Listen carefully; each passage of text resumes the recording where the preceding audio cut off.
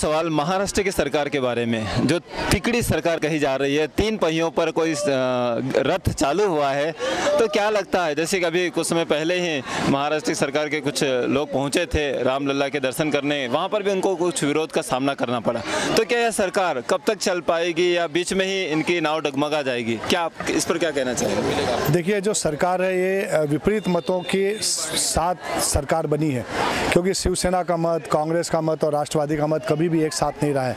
कांग्रेस और राष्ट्रवादी तो मैं समझ सकता हूँ, लेकिन शिवसेना का मत कभी भी कांग्रेस के साथ नहीं रहा है। और बाला साहब ठाकरे हमेशा बोलते थे कि मैं अपनी पार्टी दुकान बंद कर दूंगा लेकिन कांग्रेस वालों के साथ नहीं जाऊंगा।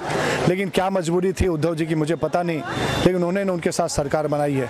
और मुझे लगता है कि जो सरकार बनने के पहले घोषणाएं की गई थी, कहते हैं ना कि मी बांधावर आलो आहे आणि बांधावर 25,000 रुपये हेक्टरी प्रत्येक शेतकऱ्यांना दिलं पाहिजे, ऐसा उद्धव जी ने घोषणा की थी।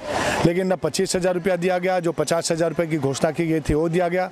अभी बजट आया, हमने देखा कल, उस बजट में कहीं भी किसानों को 25,000 रुपया देने की घोषणा नहीं की गई।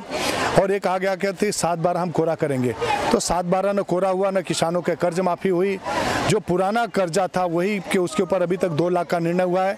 अभी कितने किसानों को मिलेगा वो भी आगे आने वाले समय में देखना है। सरकार कब तक चलेगी या तो अब तीनों तय करेंगे कि सरकार कब तक चलेगी, लेकिन जनता के हित में कार्यक्रम नहीं हो रहे हैं, जनता नाराज है।